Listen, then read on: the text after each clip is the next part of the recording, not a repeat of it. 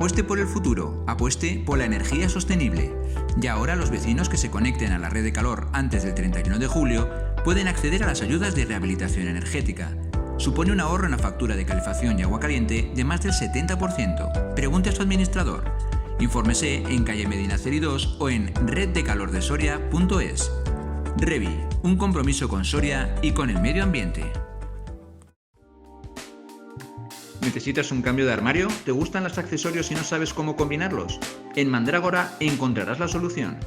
Prendas de todos los estilos y colores, bolsos, bisutería, decoración y gran variedad en lo que estos tiempos no podemos olvidar, nuestra mascarilla. En Mandrágora te asesoramos para que sea más fácil el vestir y dar un toque diferente de decoración a tu casa. Ven a conocernos a Centro Comercial Camaretas. Mandrágora, nos gusta vestir. Martínez Romera. Nueva promoción, edificio de 16 viviendas, calle Mosquera de Barnuevo 11 en Soria. Garaje y trastero, excelentes calidades y cualidades que lo dotan de gran confort. Aislamiento térmico y acústico, placas solares y fotovoltaicas en servicios comunes, calefacción individual de gas, madera maciza lacada en blanco en interiores. Martínez Romera, filosofía de la buena construcción, calidad y disposición. Te mereces calidad, te mereces Domus. Elige tu vivienda en el nuevo edificio Mirador Sur. Eficiencia energética clase A. Viviendas con una amplia terraza que conectará tu espacio vital con un entorno en plena naturaleza. Junto a Campus Universitario. Edificio Mirador Sur. Calidad Domus a precio de vivienda protegida. Infórmate en calle Nicolás Raval 23B primero C y en domusoria.com. En Centro Médico Pama nos adaptamos a la nueva situación para seguir cuidando de ti. Amplia variedad de servicios. Disponemos de quirófano de cirugía mayor ambulatoria. Habitaciones de corta estancia totalmente equipadas para tu bienestar y recuperación. Contamos con la más avanzada tecnología médico-quirúrgica. Cuidar de ti es nuestra prioridad. Centro Médico Pama, en Ronda y Los San Villa, número 2, Soria. Preview.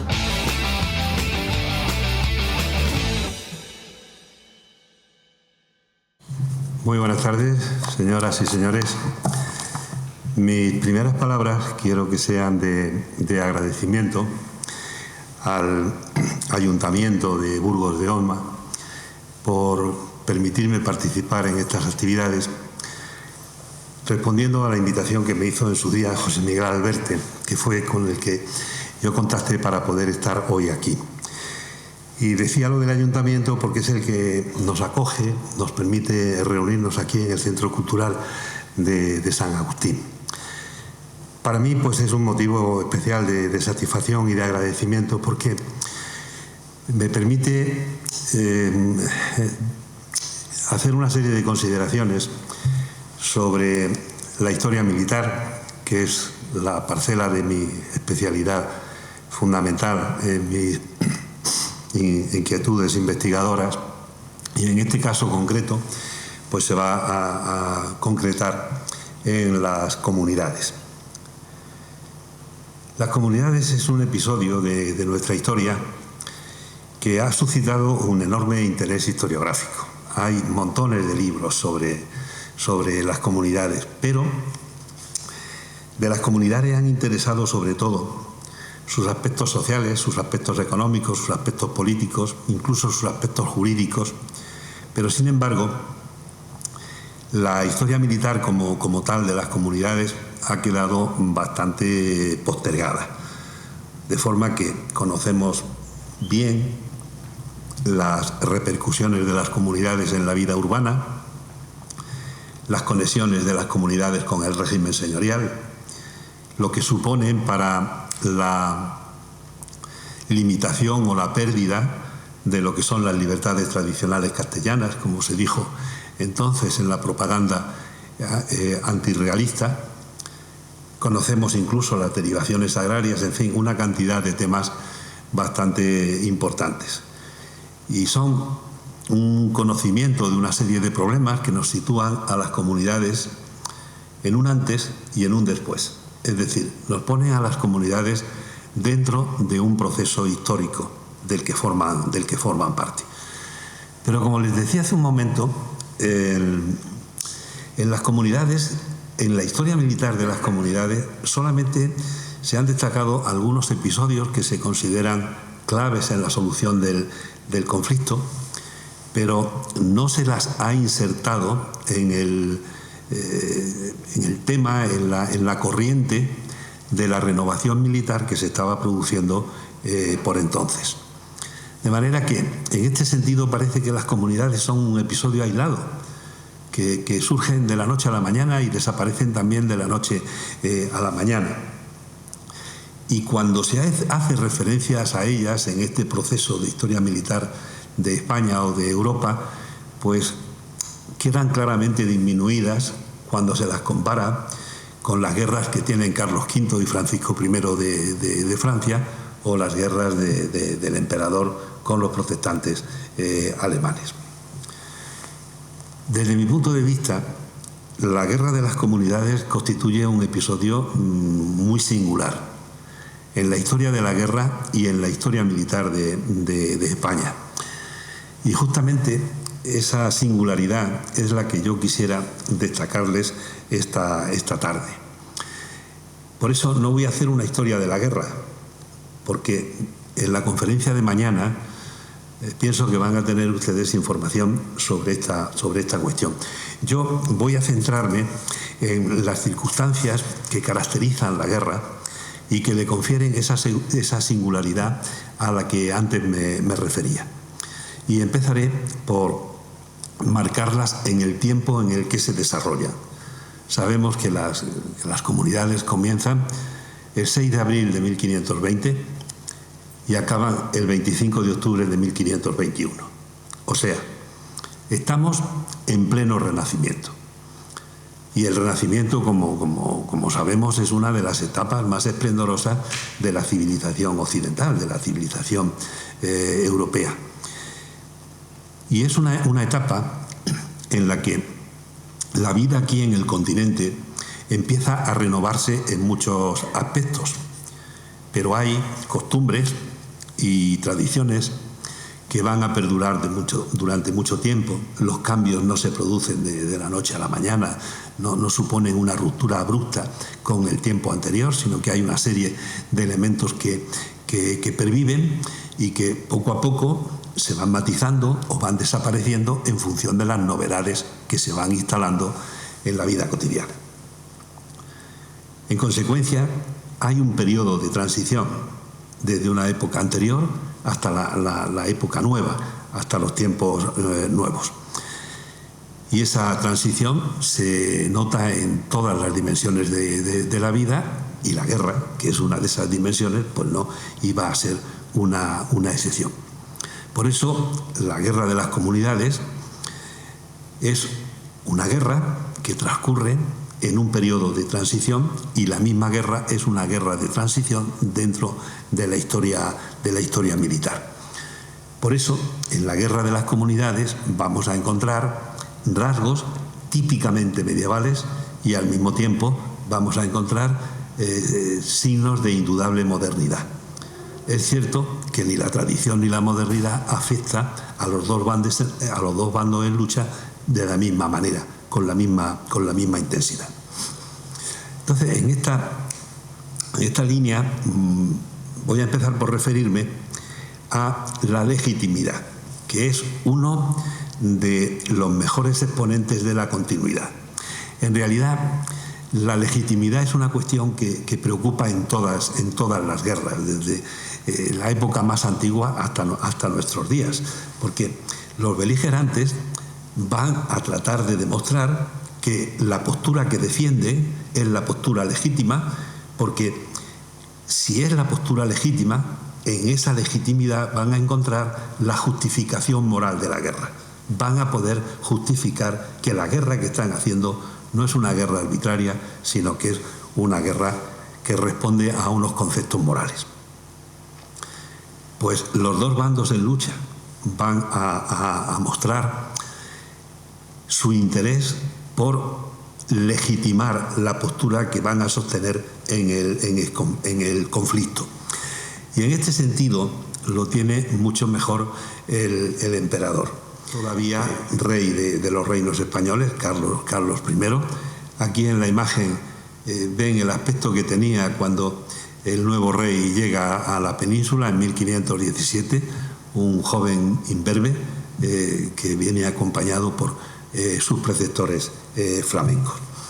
Y digo que tiene más fácil el demostrar que es el legítimo contendiente, porque ha sido reconocido como heredero y como rey legítimo en las Cortes de Castilla, de Aragón y de Cataluña. Los comuneros lo tienen bastante más difícil, porque también ellos tienen que procurar legitimar sus actos de alguna manera, con algún fundamento.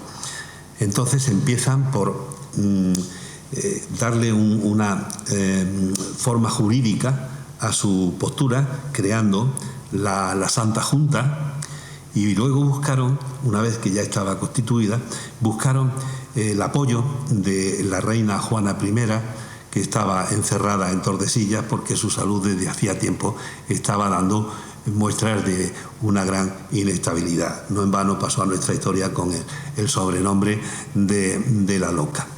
Esta puede ser una imagen que recrea el momento en que doña Juana recibe a los comuneros, a los representantes de los comuneros, a la Junta. Pero la reina en ningún momento le dio el apoyo a los sublevados, ni expresa ni tácitamente. En ningún momento se mostró, le mostró sus simpatías o les pudo justificar de alguna forma su postura. Sin embargo, el hecho de que fueran a verla, de que los recibiera, y luego las versiones que los comuneros dieron de la entrevista, pues hizo pensar a una gran parte de los castellanos que su postura tenía posibilidades de éxito. Pero esto fue algo que se creó después de la entrevista sin fundamento jurídico ni expreso ninguno. Y la actuación del rey pues se mantendrá siempre firme en este sentido, en mostrar que la postura legítima, la postura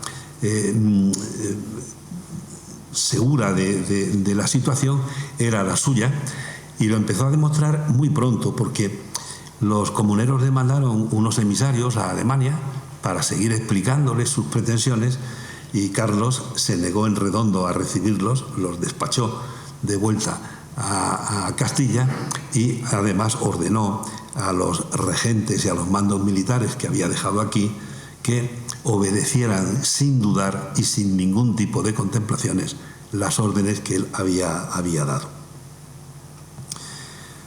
Otra cuestión importante en la guerra es el mando de las tropas. Un mando de las tropas que también se va a resolver a favor del rey, superando las debilidades que la autoridad del rey tenía en la Edad Media. Todavía en la Guerra de Granada, que empieza en 1482, es la guerra contra el último reducto independiente del Islam en la península, el reino granadino, pues todavía en esa guerra el ejército cristiano era un ejército muy heterogéneo. Estaba compuesto por una serie de contingentes de procedencia muy diversa y muy diferentes entre sí. Ahí en la imagen tienen los que podemos considerar los elementos fundamentales de ese ejército. En primer lugar están las guardas reales, que son unos contingentes permanentes pagados por el rey, y están compuestos por hombres de armas, es decir, caballería pesada, y jinetes, caballería ligera.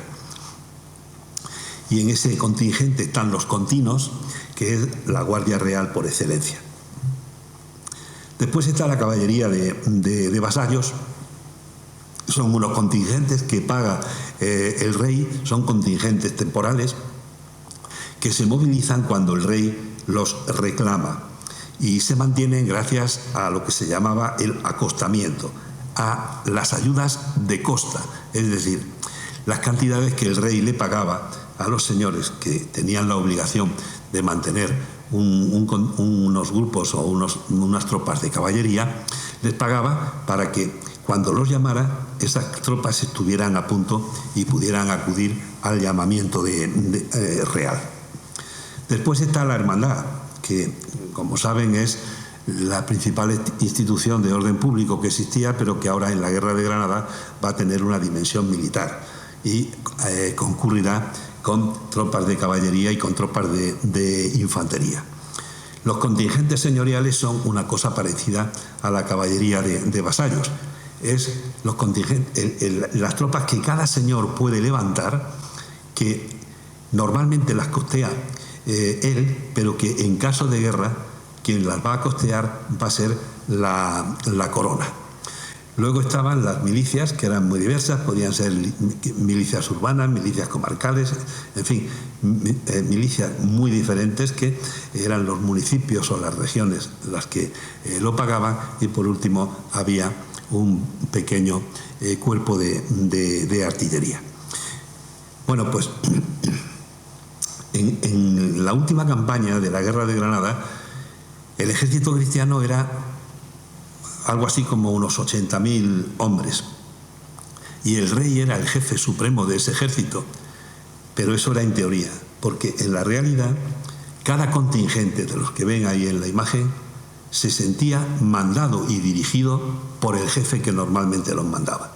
Había entonces pues una autoridad lejana, que era la de el rey, que se obedecía en función de lo que mandaba el propio dirigente de cada uno de estos contingentes. Viendo esta situación, los reyes católicos se dieron cuenta de que era necesario iniciar una reforma que convirtiera al rey en el señor real, auténtico jefe del ejército. Y así van a abrir un proceso que se desarrolla al hilo de los acontecimientos internos aquí en la península, y también teniendo en cuenta los conflictos militares que la corona tiene que asumir en el exterior, tanto en el norte de África como en Italia.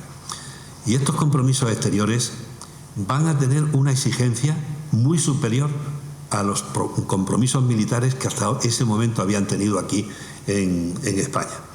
Por eso es por lo que la reforma se les hace completamente necesaria y además, en cierto modo, urgente, un proceso que van a tener que ir desarrollando con constancia. Y en ese proceso se van a suceder una serie de medidas que son las que van a ir cambiando la situación en el ejército en favor del poder del rey, de la autoridad real. Recambios Autoduero. Productos y piezas de recambio para tu vehículo. Trabajamos con las mejores marcas del mercado. Tú nos ayudas a mejorar la calidad de nuestro servicio día a día. Recambios Autoduero. Tienda en Soria. Chapistería Soriana. Contamos con chapistas y pintores con años de experiencia en la reparación de todo tipo de vehículos. Carrocería, elevalunas, coches granizados, pulido de faros, golpes, abolladuras, cambio de lunas, ventanillas y cerraduras. Todo lo que necesitas para tener tu coche a punto. Presupuesto sin compromiso. Encuéntranos en Avenida de Valladolid 103 o en el teléfono 975 22 16 84. Bar Restaurante Donde Siempre. Ahora tu mejor lugar de encuentro. Almuerzos, menú del día por tan solo 12 euros, menús especiales fin de semana. Disfruta de nuestra terraza cubierta con parque infantil y el mejor servicio. Bar Restaurante Donde Siempre, a 10 minutos de Soria, en Tardesillas. Reservas con cita previa en el 975 18 82 21. La primera medida que van a tomar es la de el 2 de mayo de 1493, que crean un cuerpo especial que se llamará las Guardas de Castilla. Son un contingente de 2.500 hombres que están organizados en 25 compañías de 100 hombres cada una, y de esas 25, 4 son de caballería ligera. La caballería ligera es la que tienen ustedes en la imagen, un jinete con un escudo, con una lanza, lleva la espada en el arzón del caballo, que como ven es un caballo que no lleva protección de ningún tipo, algún adorno, pero nada más. El resto, las otras 21, son de caballería ligera, que es una caballería completamente diferente, como pueden ver en la imagen. Es una caballería que está realmente blindada. El caballero va cubierto de una armadura desde la cabeza a los pies, y el mismo caballo lleva también una armadura que solamente le deja libre pues las patas para que el caballo pueda moverse en el campo de batalla. Estos hombres de armas, o lanzas, como se llaman, cuando oigan ustedes en esta época hablar de la lanza, piensen en un caballero armado como el que vemos en la imagen, y no es un individuo solo. Este caballero, para armarse de esa forma, necesita unos servidores. Alguien que le ayude a ponerse la armadura, alguien que le ayude a subirse al caballo, porque él solo no puede, la armadura tiene mucho peso, y luego también se necesita a unos servidores que armen el caballo y que atiendan al caballo. En consecuencia, cuando hablamos de un hombre de armas o de una lanza, nos estamos refiriendo a un colectivo de 6 o 7 personas, aunque realmente el combatiente sea solamente el caballero. Este tipo de caballería le era muy necesario a los reyes católicos, porque estaban convencidos de que tarde o temprano iban a tener que enfrentarse a Francia, sobre todo en Italia, donde los intereses de la corona aragonesa y la francesa estaban en pugna, y la caballería pesada francesa, la gendarmería, como se le llamaba, pues era en esos momentos la mejor caballería pesada del momento. Y cuando estos caballeros desfilaban, o estaban en paradas militares, o querían hacer alguna demostración de algún tipo, pues entonces llevaban todas sus armas, llevaban todos los adornos que les correspondían, y entonces se decían que iban armados de punta en blanco, que es una expresión que ha quedado en nuestro lenguaje coloquial, cuando vamos bien trajeados o acudimos a alguna ceremonia o algo, que procuramos ir vestidos de una forma distinta a como lo hacemos habitualmente. El perfeccionamiento de esa reforma militar que se estaban proponiendo los reyes católicos prosigue con la perfección en los sistemas de reclutamiento.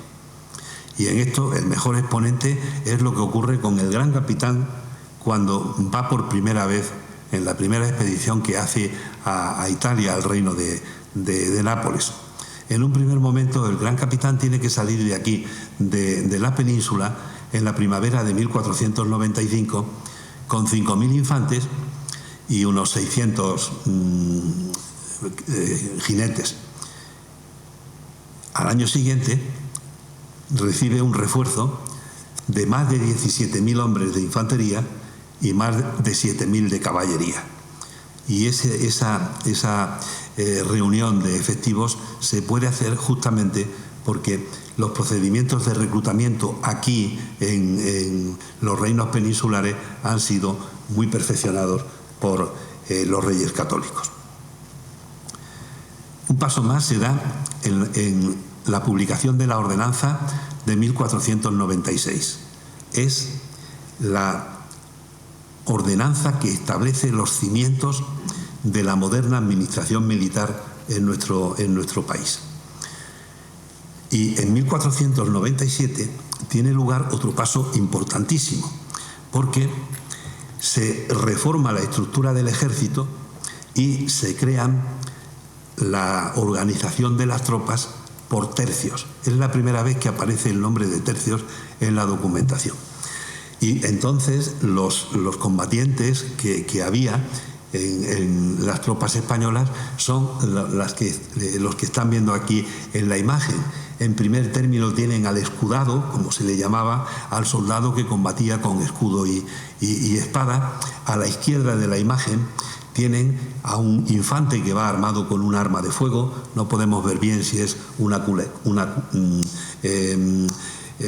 arcabuz o una escopeta más elemental de la espingarda, que es la primera que empiezan a utilizar los infantes. Luego a la derecha está el ballestero, fácilmente identificable porque lleva la ballesta, y en último término está el piquero, la pica, que es el momento en que se va a introducir reglamentariamente en las tropas españolas. Y en 1503 aparece la ordenanza que consolida toda esta reforma que se había iniciado 10 años antes. En 1509 se reemprende la acción en el exterior, porque es el momento en que se conquista Orán, se conquista Bujía, se conquista Trípoli, se vuelve a Nápoles, se anexiona Navarra a la corona de Castilla, y todas estas empresas son empresas que están realizadas por tropas que paga la corona. No hay intervención de los señores. Y además esas tropas las manda un vasallo del rey, que manda en nombre del rey, con una autoridad que el rey le confiere. Por eso, cuando Fernando el Católico muere en 1516 y un año después llega su nieto, Carlos, pues el rey va a ser el jefe de las Fuerzas Armadas de manera indiscutida, aceptada por todos, y no hay en el plano militar ninguna autoridad que pueda ser contestataria de sus facultades. De manera que cuando Carlos tiene que irse a Alemania para asumir la corona imperial, pues puede designar un gobierno que va a asumir la dirección de la guerra cuando estalle la sublevación de las comunidades, sin que nadie dentro del bando realista pueda cuestionar la autoridad de ese gobierno. En principio, el responsable es Adriano de Utrecht, que fue un educador de Carlos. Pero luego, cuando empiezan los problemas, esa autoridad unipersonal se va a convertir en una autoridad tripersonal, sin que sufra el más leve menoscabo el cambio de planteamiento.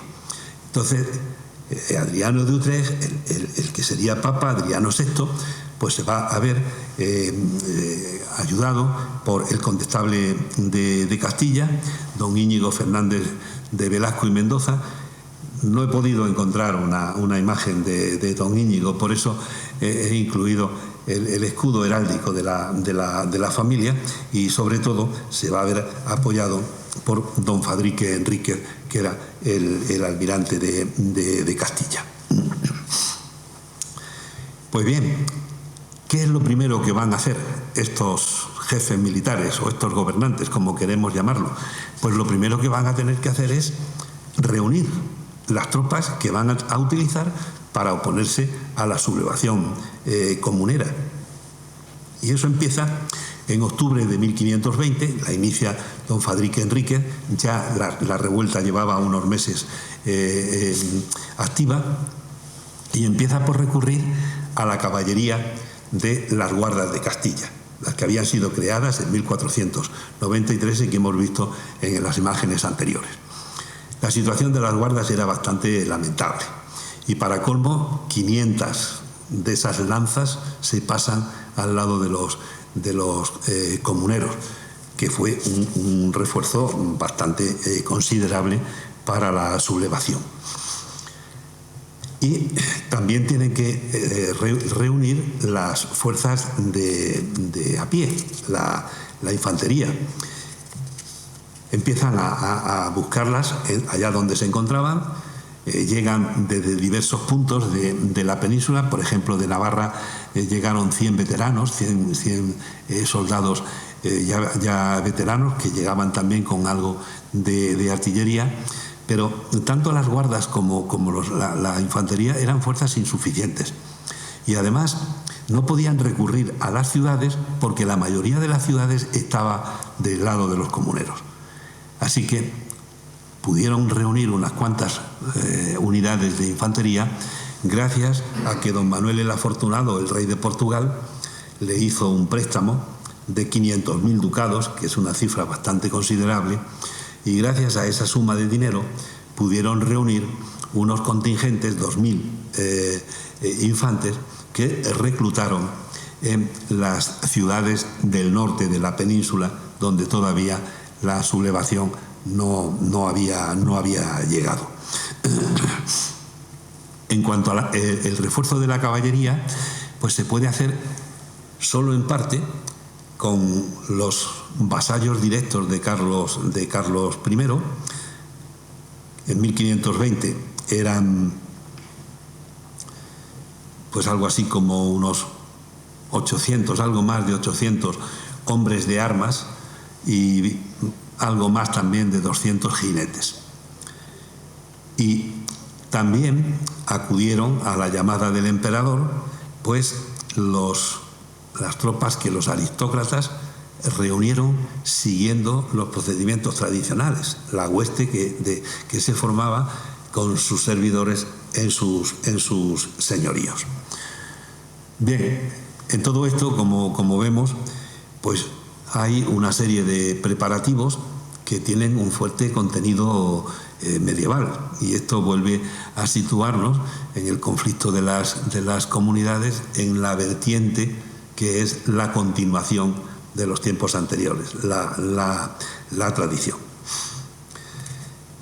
Y mientras esto ocurría en el bando realista, por desacuerdo con la conducta del rey, que mantenía su séquito flamenco, colmándolo de honores y de prebendas, y además sin atender las reclamaciones que le hacían sus súbditos, se inicia en Castilla un movimiento de protesta en las ciudades tan significativas como Toledo, Segovia, Zamora, Toro, Madrid, Guadalajara, Soria, etc., van creando su propia comunidad, mostrando su desacuerdo con la conducta del rey.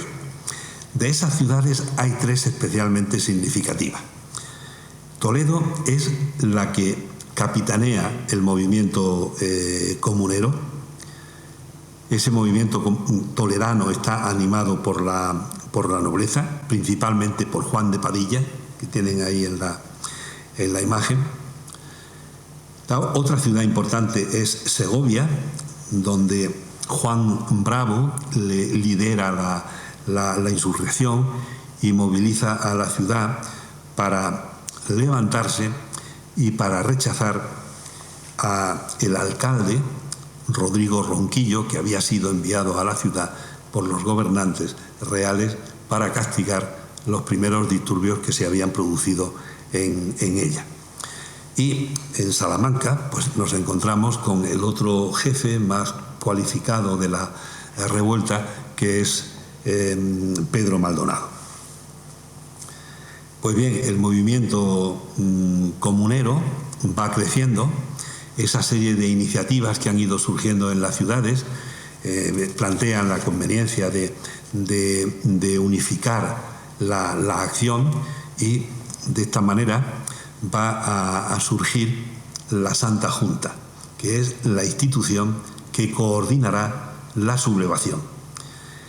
Y los reunidos en Ávila, que es donde se constituye la Santa Junta, pues deciden elegir como presidente de la Junta a Pedro Laso de la Vega, un toledano.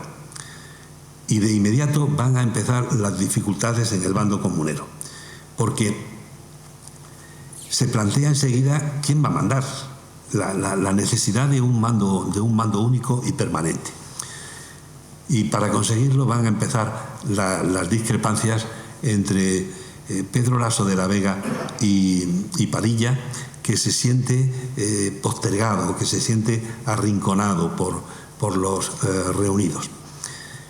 La rivalidad entre ellos se va a resolver relativamente rápido, porque Laso de la Vega acabará pasándose al bando realista, viendo una serie de motivaciones de tipo personal. Y entonces colocan a Padilla como jefe de la sublevación, pero por poco tiempo, porque llega a los comuneros, llega don Pedro Girón, que se pasa del bando realista a los comuneros porque estaba molesto con los representantes del rey porque no atendían sus reclamaciones sobre el ducado de Medina Sidonia. Y tampoco estará mucho tiempo, aunque sí lo suficiente para que Padilla vuelva a estar otra vez profundamente molesto con el resto de los componentes de la sublevación.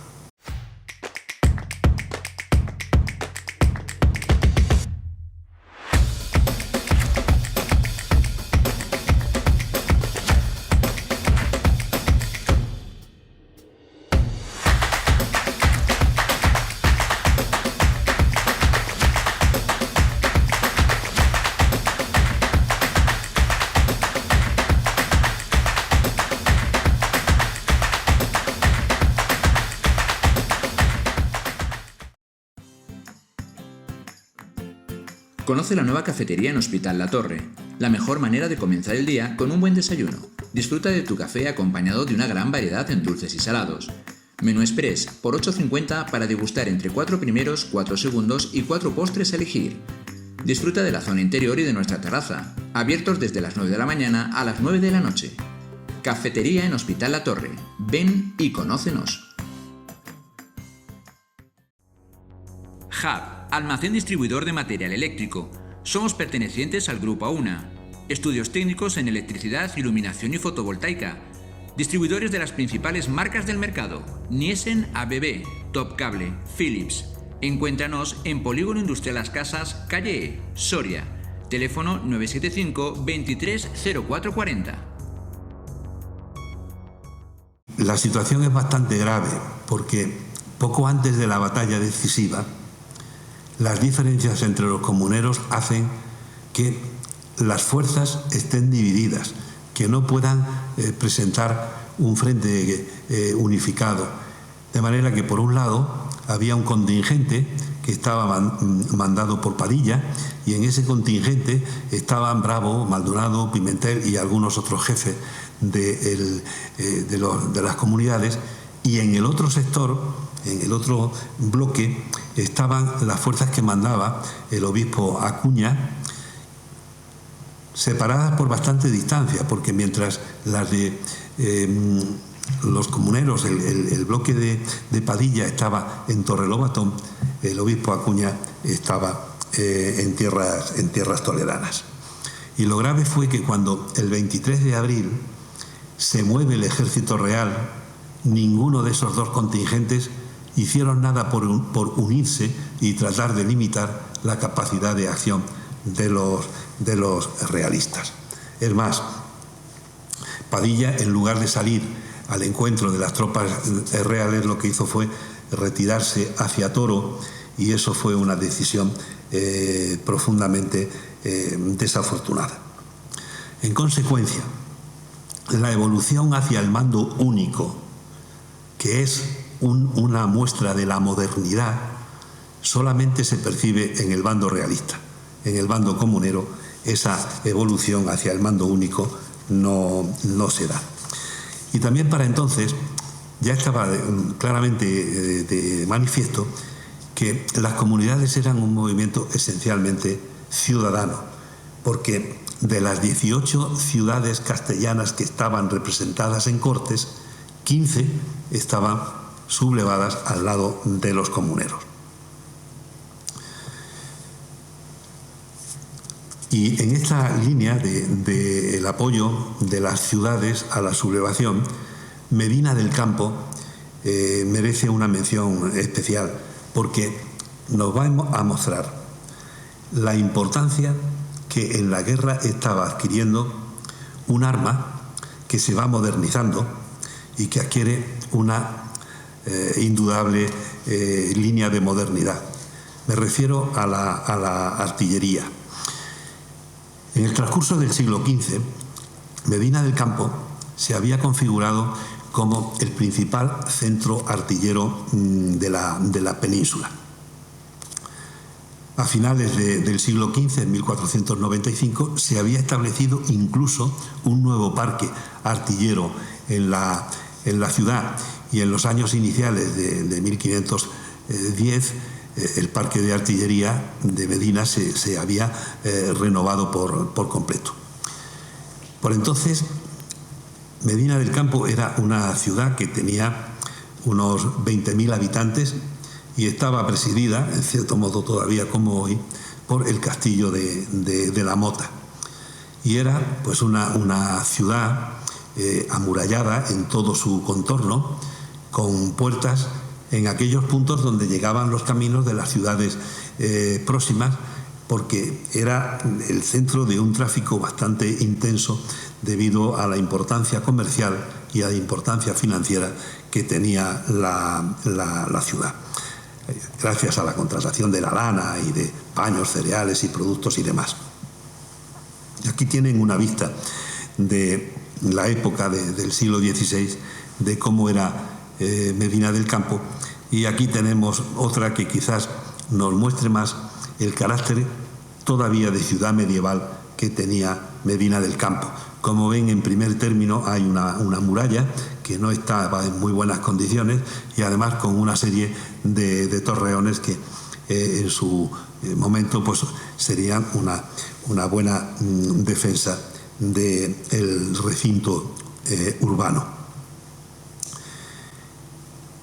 Mientras Medina experimentaba esta situación de auténtica preeminencia en lo que se refiere a la artillería, las armas de fuego estaban empezando a adquirir una gran importancia en la guerra. Tanto las armas de fuego portátiles, que es la que llevaba la infantería, como los cañones,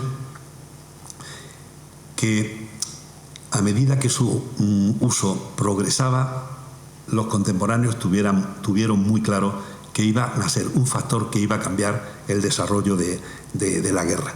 Y eso quedó manifiesto incluso en la Guerra de Granada. Tanto por lo que decían los cronistas, el cura de los Palacios, por ejemplo, Andrés Bernaldez, decía: grandes ciudades que en otros tiempos habrían resistido un año frente a cualquier enemigo que no fuera el hambre. El asedio se montaba esencialmente para que los sitiados consumieran los víveres y tuvieran que rendirse.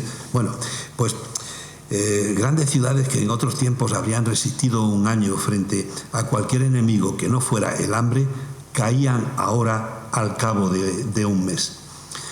Y el impacto de la utilización de las armas de fuego tuvo muchas representaciones artísticas.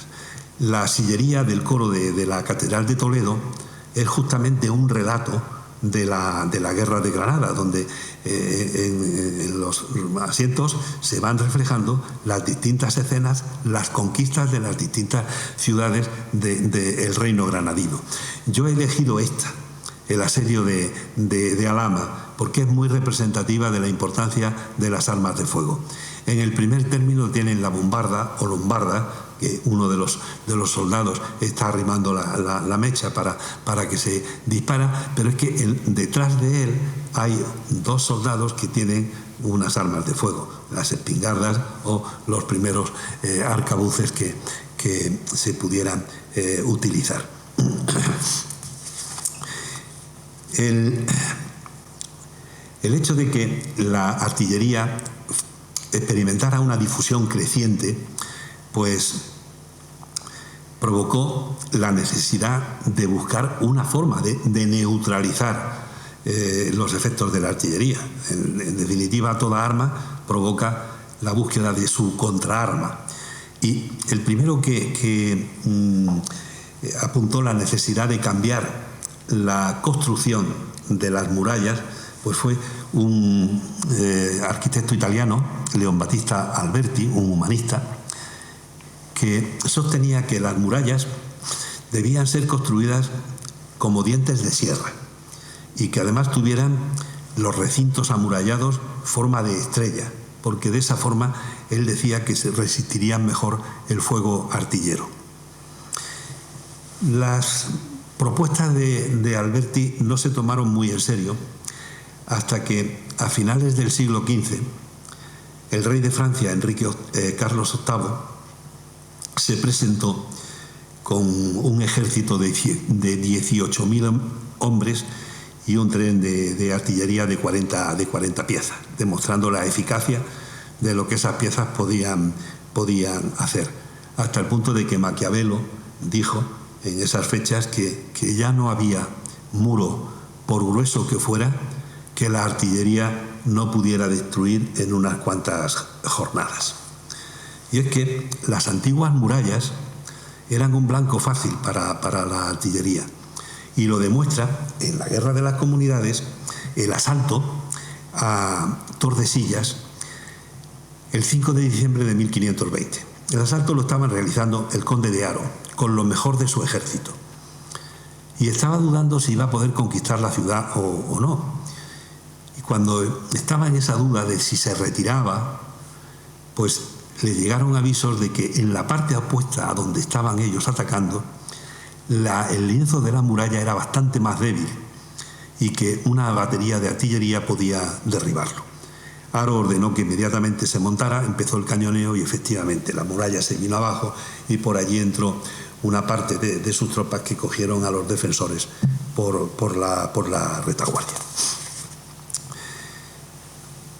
De la importancia de la artillería podemos tener también una muestra en la misma Guerra de las Comunidades, en el caso concreto de Medina del Campo.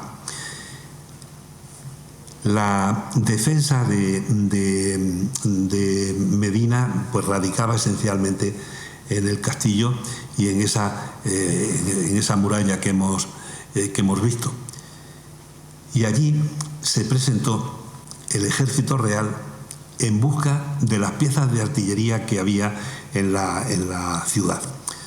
Los habitantes de la ciudad se negaron a entregársela porque sabían que la iba a coger para combatir, para batir y bombardear Segovia, con la que Medina tenía muy buenas relaciones en función de las ferias.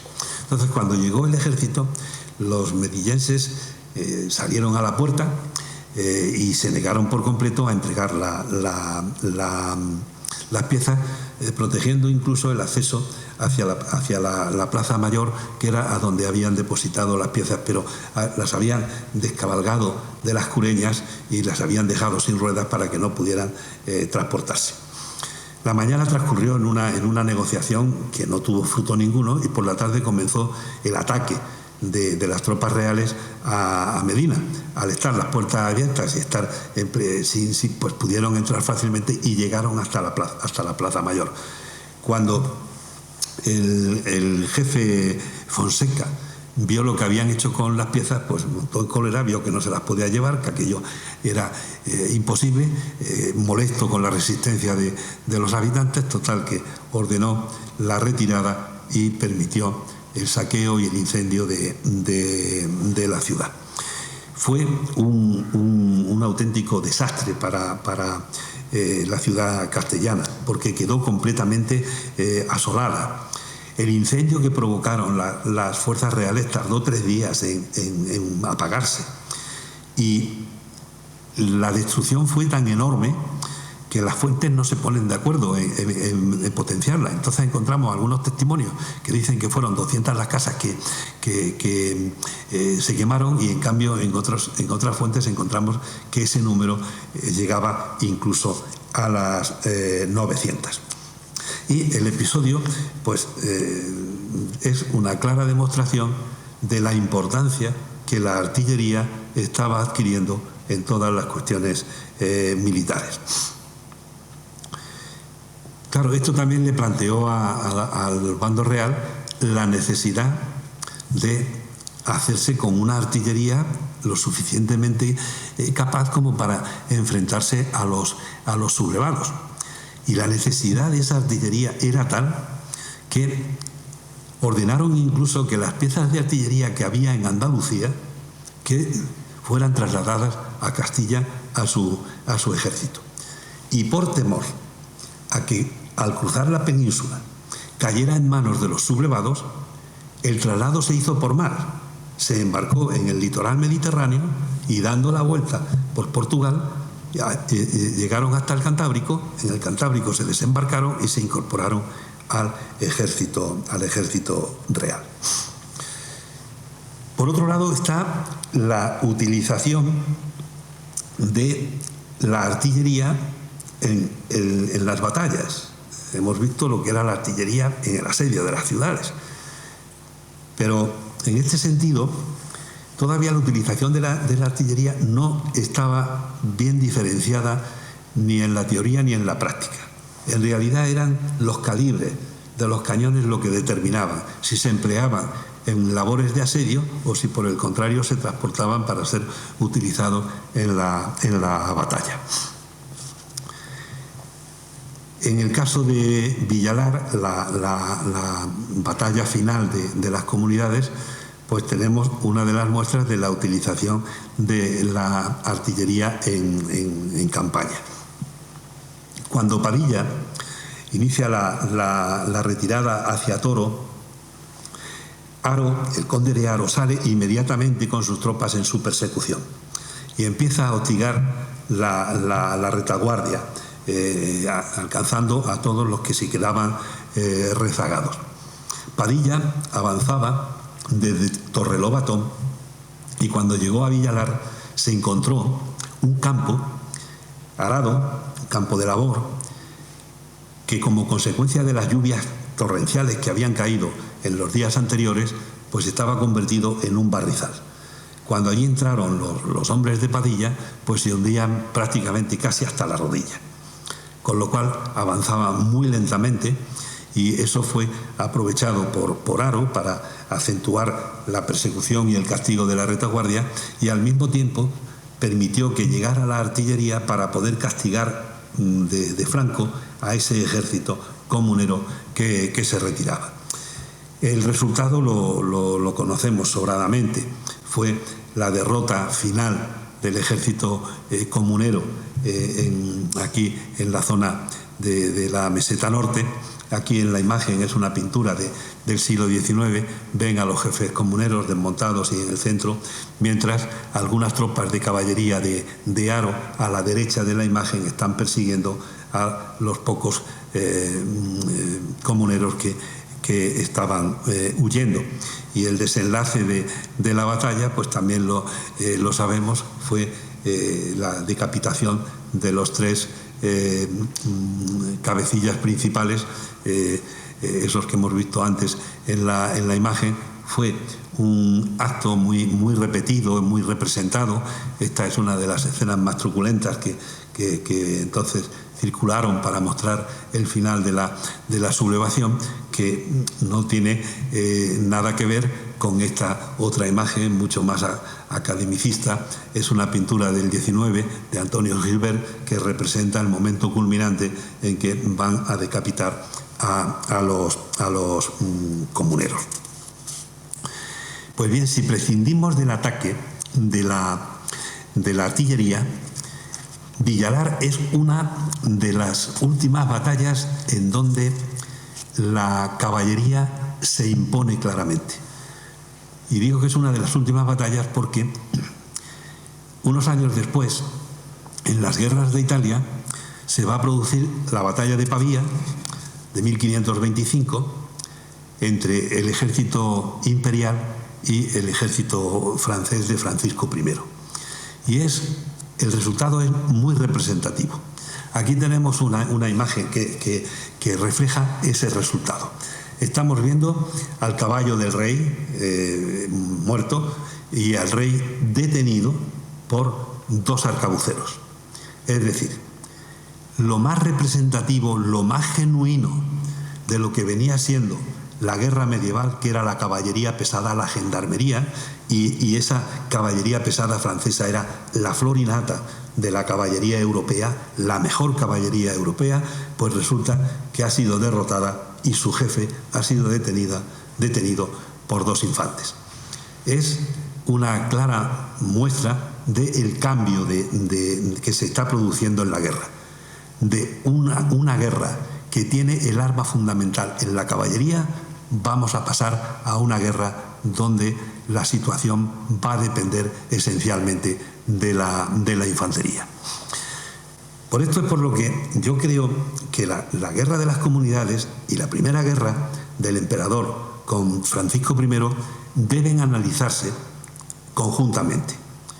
En realidad, en cuanto acaba Villalar, en cuanto acaban las comunidades, estalla la guerra, la primera guerra con los franceses, y se produce la invasión de la península por las tropas francesas. Resulta muy significativo que en la península, aquí en España, la acción más importante de esa guerra sea precisamente la que discurre en torno a Fuenterrabía, conquistada por los franceses y luego asediada y reconquistada por las tropas españolas. Y es la clásica guerra de asedio, de sitio, que hemos visto tantas veces en la Edad Media. Y mientras tanto, en Italia, las cosas están cambiando por completo hasta el punto de que son los infantes los que están derrotando a esa caballería pesada. De esta manera estamos ante una especie de divergencia que se está produciendo entre la trayectoria de lo que venía siendo la guerra aquí en la península y la guerra que se está desarrollando lejos de España, concretamente en Italia. Y eso va a tener una repercusión todavía mayor en lo que se refiere a la fortificación. Porque aquí en España la lucha contra el Islam peninsular pues se había realizado a lo largo de la Edad Media, y las ciudades, para defenderse, habían levantado unas murallas de piedra que eran el principal recurso defensivo que encontraba la población ante el caso de ataque. Equipamientos García, distribuidor exclusivo de la marca Karcher en Soria. Venta y reparación de maquinaria industrial, hidrolimpiadoras, aspiradores, barredoras, fregadoras, purificadores de aire, alquiler de maquinaria de limpieza. Equipamientos García, en Polígono Industrial Las Casas, calle E, parcela R68. Hermanos Yagüe, empresa de material de construcción. Amplia variedad en material dirigido a profesionales y particulares. Especialidad en cerámica, estufas, chimeneas, cubiertas, maderas laminada o tejas cerámicas. Trabajamos con la mejor calidad, asesoramiento personalizado. Nos encontramos en Polígono Industrial Las Casas, calle E 132-133, pero puedes ponerte en contacto con nosotros al 975 23 23 21. Graffiti Soria. Rotulación. Vehículos comerciales, empresas. Integral de furgonetas, flota de camiones, autobuses. Vehículos de emergencia. Fachadas de naves. Letras corpóreas, fotomurales. Cristaleras, carteles. Museos, stand para ferias. Corporativa de empresa, oficinas, hoteles. Lonas de gran formato. Serigrafía. Camisetas, ropa laboral, fiestas, despedidas, equipaciones, clubes deportivos. Graffiti Soria. Las ciudades castellanas amuralladas son montones. Aquí en el entorno de Burgos de Olma tienen bastantes ejemplos. Sin ir más lejos, al final de la calle Mayor pueden ver. Yo he seleccionado estas. La de Lugo y la de Ávila, que tienen los recintos completos y que además son una buena muestra de cómo son fortificaciones medievales. Aquí no cabe la posibilidad de emplear la artillería como defensa de la muralla, porque el adarve es tan estrecho que si se monta un cañón de artillería, el retroceso lo derribaría de la muralla, lo tiraría dentro del patio de armas o de la plaza de armas. Entonces es una defensa exclusivamente de arqueros o de soldados que tratan de rechazar al que asalta por medio de escaleras o de escalas. Eso explica que en la Edad Media la fortaleza defensiva sea pues la fortaleza dominante.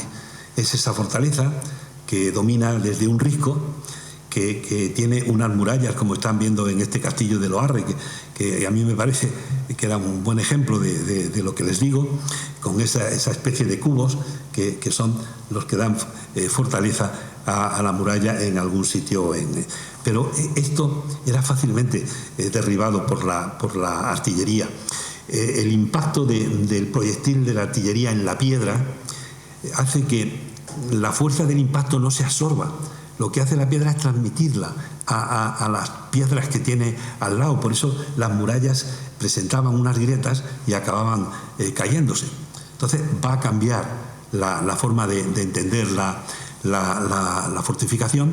Solamente va a construirse con piedra algunos de los elementos, sobre todo los vértices y algunos remates de las cortinas de los muros, y el resto va a ser ladrillo. Porque el ladrillo, cuando le pega el proyectil, se rompe y lo que hace es absorber la fuerza del impacto. Y además la fortaleza se pega a tierra, por eso es una fortaleza rasante, para que la artillería enemiga no pueda fijar con precisión cuáles son los puntos débiles y cuáles son los lugares que pueden batirse para facilitar el asalto. De manera que si reflexionamos sobre todo lo que yo les llevo diciendo, pues vamos a tener algunas conclusiones que podemos sacar de la guerra de las comunidades y de esta primera guerra de Carlos V, que, como digo, deben analizarse conjuntamente. Por un lado está lo que es la fortaleza rasante. A partir de este momento y hasta el siglo XX, la fortaleza rasante va a ser clave en los ejércitos. Incluso en la Segunda Guerra Mundial, en Poznań, en Polonia, la fortaleza que se construye allí, que es una fortaleza rasante, defendida por 1000 alemanes, está resistiendo cuando las tropas rusas ya han entrado en Berlín. Eso va a ser una realidad constructiva y arquitectónica que va a perdurar hasta una época muy reciente. La otra gran novedad que se va a producir es la que experimenta el ejército en sí, porque ya la artillería no va a ser, la caballería ya no va a ser el arma decisiva. La que va a decidir la batalla esencialmente va a ser la infantería, y desde entonces eso es una realidad. Un territorio se ocupa cuando lo ocupa la infantería. Hasta que no llega la infantería no se puede dar el territorio ocupado por completo. La acorazada puede entrar y la artillería lo puede bombardear, pero si se quiere tener la posesión del territorio tiene que llegar la infantería. Y en ese sentido, el ejército que empiezan a crear los reyes católicos, que continúa el cardenal Cisneros y que consagra Carlos V y sus sucesores, es un ejército que tiene su base en dos articulaciones esenciales. Por un lado está lo que podemos considerar el ejército interior, que tiene su base en las guardas de Castilla. Pero como Castilla ya no se convierte en campo de batalla, la guerra va a ser una guerra exterior, no hay verdadera urgencia en modificar ese ejército. El otro pie es el ejército exterior, y este sí. Este es un ejército que Carlos V organiza definitivamente en 1535, cuando vuelve de Túnez victorioso. Es el momento militarmente más glorioso del emperador desde mi punto de vista, y va a hacer descansar ese ejército exterior en las fuerzas de infantería que están organizadas sobre estos dos combatientes: el piquero y el arcabucero o el mosquetero. Una feliz conjunción de las fuerzas de las armas de fuego y de las armas de asta, que le van a dar al ejército español pues la superioridad en los campos de batalla europeos durante más de un siglo. Y esto es lo que yo pretendía mostrarles esta tarde, que las comunidades, desde el punto de vista militar, no son tan intrascendentes como venimos pensando desde hace mucho tiempo, y espero por lo menos que haya logrado aclarar un poco esta cuestión. Así que muchísimas gracias por su atención. Han sido ustedes muy amables al escucharme.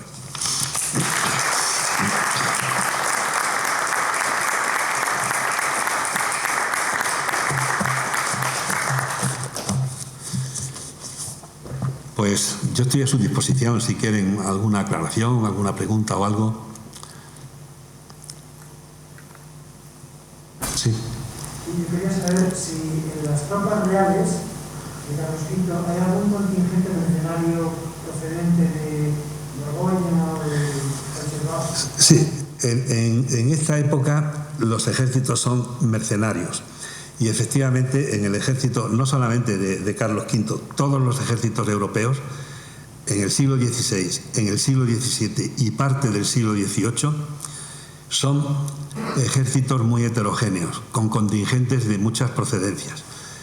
En el caso de Carlos V, pues había una gran afluencia de contingentes de sus propios territorios, que de alguna forma eran vasallos suyos, los alemanes, los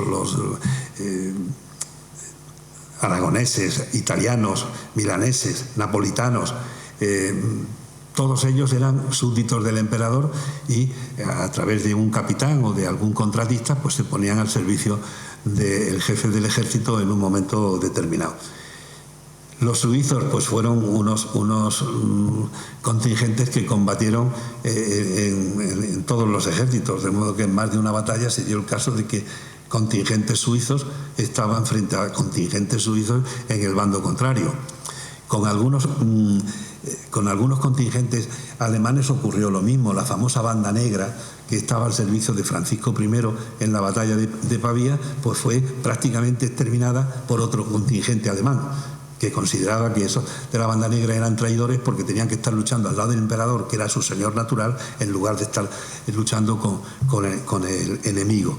Entonces, efectivamente, eran ejércitos en donde había individuos de una procedencia muy diversa. Es decir, no podemos hablar de nacionalidad porque en el siglo XVI, en el siglo XVII, el concepto de nacionalidad como lo entendemos hoy no existía. La gente estaba casi más vinculada a su pueblo que al entorno del país donde su pueblo estaba inserto. Pero esa sensación de natura, de mi natura, pues sí era la que podía explicar la vinculación en un momento determinado a un jefe o a un contratista determinado. Yo no me refería a las guerras exteriores de España, que eso ya se sabe bastante, sino a la propia guerra de las comunidades, si en el ejército imperial hay contingentes exteriores. Aquí por lo menos en las comunidades yo no lo he visto. Es un contingente esencialmente castellano, que se constituye pues de esa manera heterogénea que también hemos visto, donde en un primer momento la alta nobleza duda qué partido tomar, pero cuando está viendo la repercusión popular que tiene, la reacción contra los señores, contra el régimen señorial, entonces sí se va a poner al lado de Carlos V y movilizará su gente.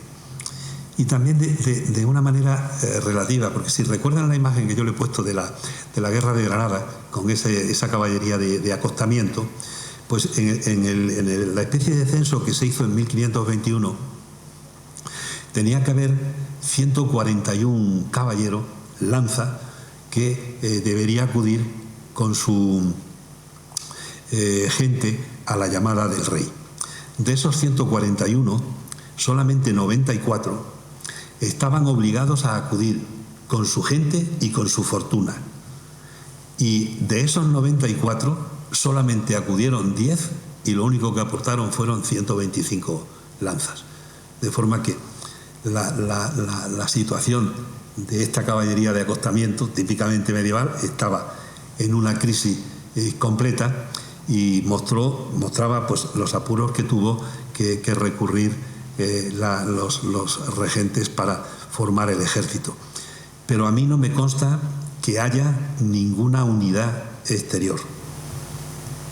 ¿Ni siquiera de Portugal? Tampoco, a pesar de que el rey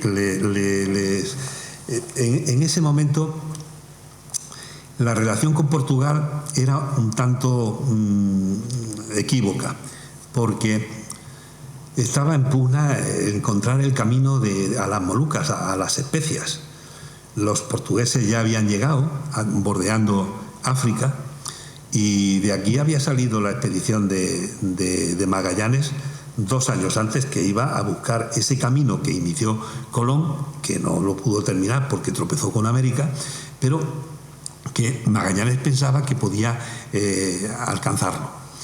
Y no estaban muy de acuerdo los portugueses con esa iniciativa castellana. De hecho, don Manuel, que le estaba dando a Carlos V 50.000 ducados, que es una cifra, pues había mandado 2 flotas para que encontraran la flota de Magallanes y la destruyeran, decía el rey en la orden, y no dejar memoria de su existencia, para evitar justamente que ese negocio que ellos estaban abriendo pues se viniera abajo.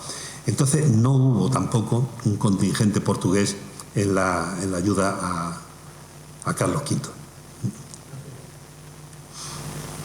Viendo esa última imagen que tiene ahí en la pantalla, ¿cuál era la disposición en batalla de un tercio? Sí, no era lo mismo el tercio cuando avanzaba, que entonces iba dividido en tres grupos: batalla, que era la vanguardia, el centro y la retaguardia. La imagen más habitual que tenemos de los tercios es justamente cuando están en batalla. Y entonces, en el centro formaban los piqueros, porque era el momento de avance hacia el enemigo, y en las mangas, o sea, en los costados de esa formación en cuadrado, era donde iban los piqueros, los arcabuceros, que tenían como misión pues batir al enemigo a distancia, sobre todo en la medida de lo posible debilitar las fuerzas de la caballería enemiga, porque eran las que iban a cargar contra la formación de la infantería.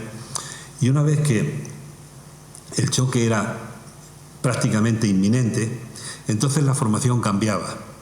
Los arcabuceros iban al centro, donde podían volver a cargar, mientras los piqueros formaban en los costados y hacían pues un auténtico erizo con las picas, con lo que los caballos pues no cargaban, porque se aterrorizaban a ver semejante bosque de picas apuntándole, y eso le permitía a los arcabuceros volver a cargar y volver a disparar. Algunos de ellos incluso llegaban a mezclarse con la caballería y remataban a los jinetes que habían sido heridos o que estaban desmontados de sus corceles. Ese caballero que hemos visto, con esa armadura tan pesada, pues moverse no se puede mover mucho, y entonces un infante sí lo podía apuñalar o alcanzar con su espada, porque a pesar de que la armadura era bastante protectora, siempre tenía unos puntos flacos en las articulaciones. Yo no sé si ustedes han oído la expresión esa muchas veces de tocar madera. Pues esa tiene su origen justamente aquí. Bueno, no aquí, en las cruzadas. El Papa le permitió a los soldados, a los cruzados, que en lugar de santiguarse, golpearan 3 veces el arzón de su silla de montar, cuando estaban recibiendo la bendición para entrar en combate. Y los arzones de las sillas eran de madera. Entonces tocaban por 3 veces el arzón, y de ahí viene eso de tocar madera, que también es una expresión coloquial nuestra para decir que no tengamos mala suerte, que no tengamos... Bueno, pues... Y eso se lo permitió el Papa, porque cuando levantaban la mano, la axila era el punto flaco por donde muchos de los arqueros musulmanes pues alcanzaban a estos caballeros. Lo mismo que cuando estaban en plena batalla, el infante podía meterle la lanza o dispararle una flecha. Por eso es por lo que la caballería tuvo que empezar a evolucionar, y ese jinete auténticamente acorazado, ese caballo forrado de hierro, pues empezó a desaparecer en los campos de batalla para darle un más juego a una caballería mucho más ligera, mucho más rápida y además ya con una instrucción para realizar determinados movimientos que favorecieran el triunfo en el desarrollo de la batalla.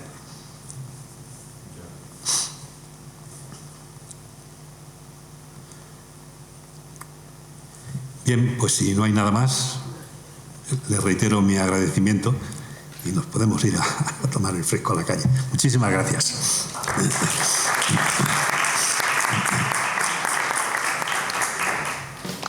Preview.